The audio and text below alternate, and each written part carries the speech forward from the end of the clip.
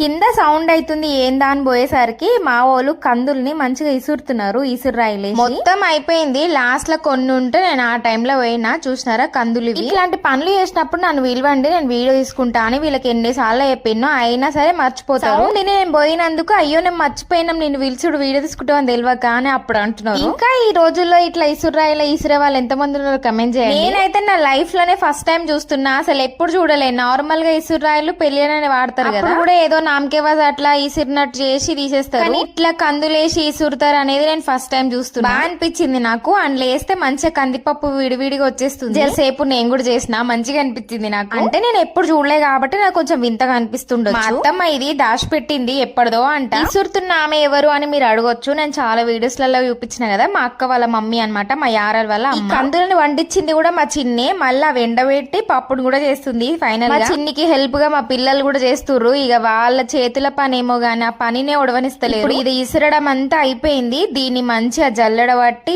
తర్వాత చెరిగి మొత్తం దీంట్లో నుంచి పప్పు అయితే తీయాలి. పప్పు మనకు బయట షాప్ లో దొరికే పప్పులాగా అస్సలు ఉండదు. బయట దొరికేది పాలిష్, కానీ ఇది మాత్రం స్వచ్ఛమైనది నాచురల్ పప్పు అన్నమాట. హెల్త్ కి హెల్త్ బాగుంటది, ప్లస్ మంచిగా టేస్ట్ కూడా ఉంటది. ఇక్కడ మా అన్నమ్మ కూడా చాలా కష్టపడుతుంది. వాళ్ళ అమ్మ మాకు మస్తు హెల్ప్ చేస్తుంది. జల్లెడ పడితే కింద పౌడర్ అంతా పోయి పప్పు మీద ఉంటది. ఇంకా తర్వాత పొట్టుని చాటలకేసి ఆ పొట్టులో కూడా ఏమన్నా పప్పు ఉంటే ఇంకా దాన్ని స్టోర్ చేసుకోవాలి. ఇంకొక ఫైనల్ స్టెప్ ఉంది, చాటల చెరిగితే అయిపోతుంది.